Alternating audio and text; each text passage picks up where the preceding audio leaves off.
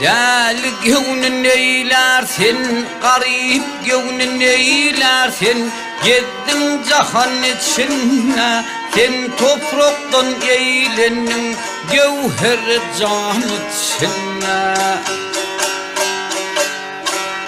Abat deyip el vurdum büyük veyran içine. Rüssüm kuma karılıp kaldı yeksan içine. Sen olurun yanına geçmersen san içine.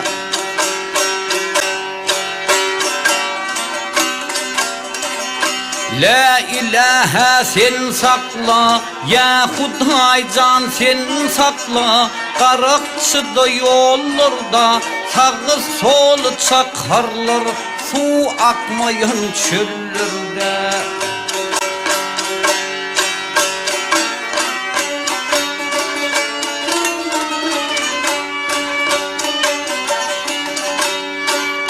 Gönlüm dünya kamına haram sözler dillerde. Men bir gece bende men kemine men burada.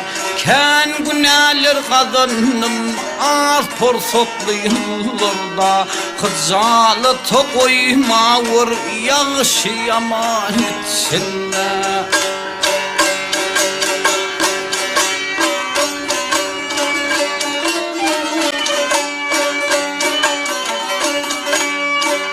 Ey yaralır o dünya, can ağılır o dünya. Baran vardı gelen yok, ölüdür halının havır hatir bilen yok.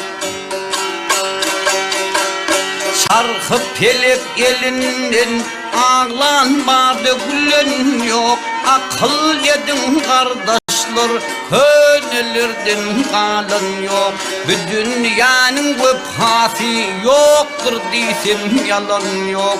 Dünyaya bir bağlığın kaldı diyan içinde.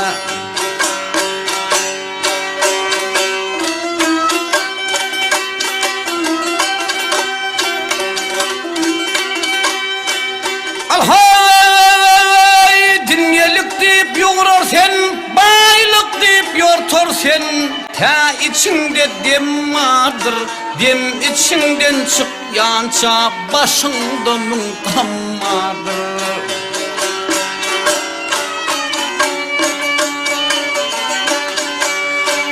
Kamasına kalıp sen ne ona melhem vardır.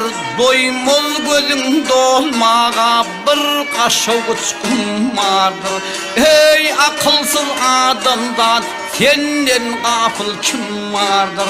Uğurt kuşları nazar sal küllü ferman içinde. Mağtın kulu ağlayır, mağtın kulu ağlayır. Lolu pelek bezenir, gönlünü mayıl kılma, ona karşı düzülür.